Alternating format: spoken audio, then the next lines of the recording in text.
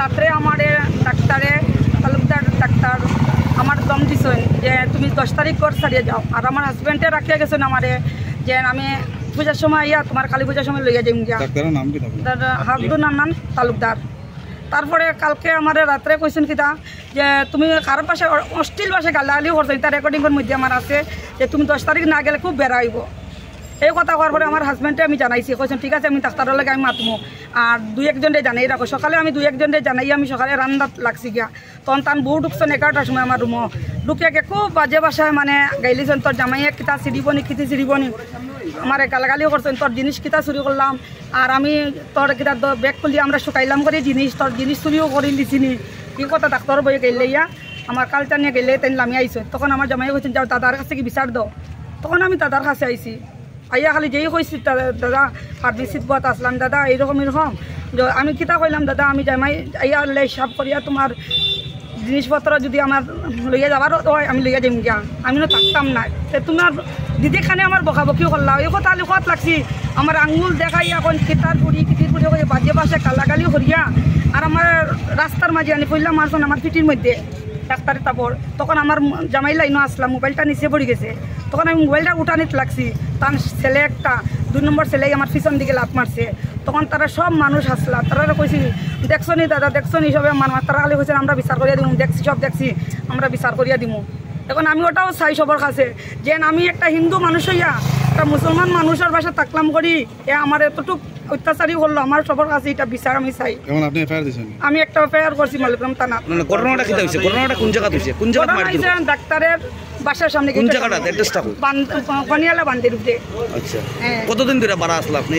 ভাড়া আছি প্রায় 2 বছর থাকি আমরা। আচ্ছা কতদিন ধরে ভাড়া দিলেন আপনি? ভাড়া আমরা তো দিয়া যাইছি। আচ্ছা আমরা ভাড়া দিছি না বলতে আমরা হায়দ্রাবাদ থাকতে 3 মাস আমরা দিছি না আবার পরে 1 লগে দিছি 5,000 এরপরে দিছি 2,000 আর এই মাসের 4 মাসের ভাড়া দিছি 2500 টাকা। আমার স্ক্রিনশট ভাড়া কত দিরা আপনারা দান্দে? প্রথম আমরা 2,000 করি এখন ও গছে আগের মাস থাকি মানে 2500 টাকা করে উঠছে।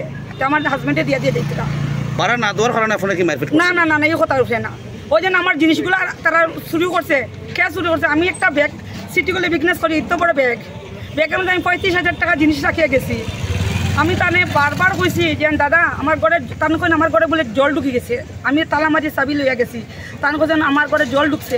তখন জল ঢুকছে আমি কইছি ঠিক আছে আমার ব্যাগটা খুলিও না আমার কপালে যতটা জিনিস বাঁচার বাঁচবো আর আমার ব্যাগটা তুমি খুলিও না।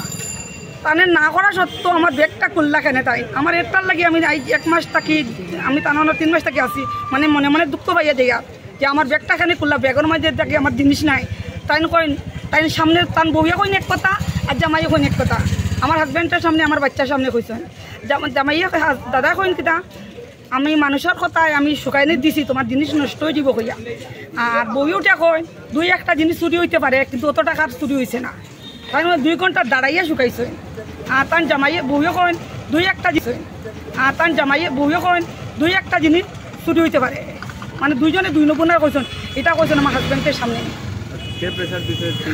আর আজকে আমি এখন মায়ের খাইয়া আমি আইসি এখানে থানাত আইয়া আমি কেস করছি। তখন টাইম কিতা আমার 2জন কমিশনার একজনের নাম হয়েছিল কিতা আমি তো চিনছি না নামটা অলক্কর হয়ে একজন কমিশনার আর আরেকজন অমিত মণ্ডল তারাই আমার যেভাবে জানি আমি নমস্কাৰ মই অজয় ফুকন আৰু এইখিনিতে সমূহ এনি ভাৰত চেনেলটোৰ যিসকল কৰ্মকৰ্তা আছে সকলোৰে মোৰ ফালৰ পৰা শুভেচ্ছা জ্ঞাপন কৰিছোঁ। অসমৰ আচলতে সংবাদ জগতত নতুনকৈ আচলতে এটি আত্মপ্ৰকাশ ঘটিছে আমাৰ নিউজ চেনেল এনি ভাৰত আৰু এনি ভাৰতৰ এটা খুব ধুনীয়া এটা অনুষ্ঠান হ'বলৈ গৈ আছে। সকলোৱে জানে আমাৰ সকলোৰে মৰমৰ হাৰ্টথ্ৰব জুবিন গাৰ্গৰ গানে কি আনে আচলতে জুবিন দাৰ সেই গীতৰ আধাৰত আমাৰ হিৰুদাই লিখা সেই গীতটি গানে কি আনে এই গানে কি আনে নামৰ এটি তেওঁলোকে সাংগীতিক ৰিয়েলিটি শ্ব' কৰিবলৈ গৈ আছে আৰু 15 আগষ্টৰ পৰা গোটেই আৰম্ভ হ'ব। প্ৰথম অডিশ্যন অসমৰ ধেমাজি জিলাত আৰম্ভ কৰিব। গতিকে সমূহ যিসকল প্ৰতিভা আছে যিসকলে গান ভাল পায় যিসকলে তেওঁলোকৰ নিজৰ প্ৰতিভা আচলতে দেখুৱাব বিচাৰে এই ৰিয়েলিটি শ্ব'ত গানে কি আনে এই প্ৰতিযোগিতাত অংশগ্ৰহণ কৰক আৰু খুব ধুনীয়া আপোনালোকে সুবৰ্ণ সুযোগ লাভ কৰিব। লগতে ইয়াতে পুৰস্কাৰ আছেই বিভিন্ন ধৰণৰ উপহাৰো আপোনালোকে লাভ কৰিব আৰু লগতে এগৰাকী প্ৰতিষ্ঠিত আচলতে এগৰাকী শিল্পী হিচাপে অসমৰ সাংস্কৃতিক জগত আপোনালোক প্ৰতিষ্ঠা লাভ কৰিব। গতিকে গোটেই অনুষ্ঠানটোলৈ মোৰ ফালৰ পৰা শুভকামনা থাকিল আৰু লগতে এই অনুষ্ঠানটোত আপোনালোকে অংশগ্ৰহণ কৰিব আমিও আছোঁ আৰু সকলোকে আমি লগ পাম ধন্যবাদ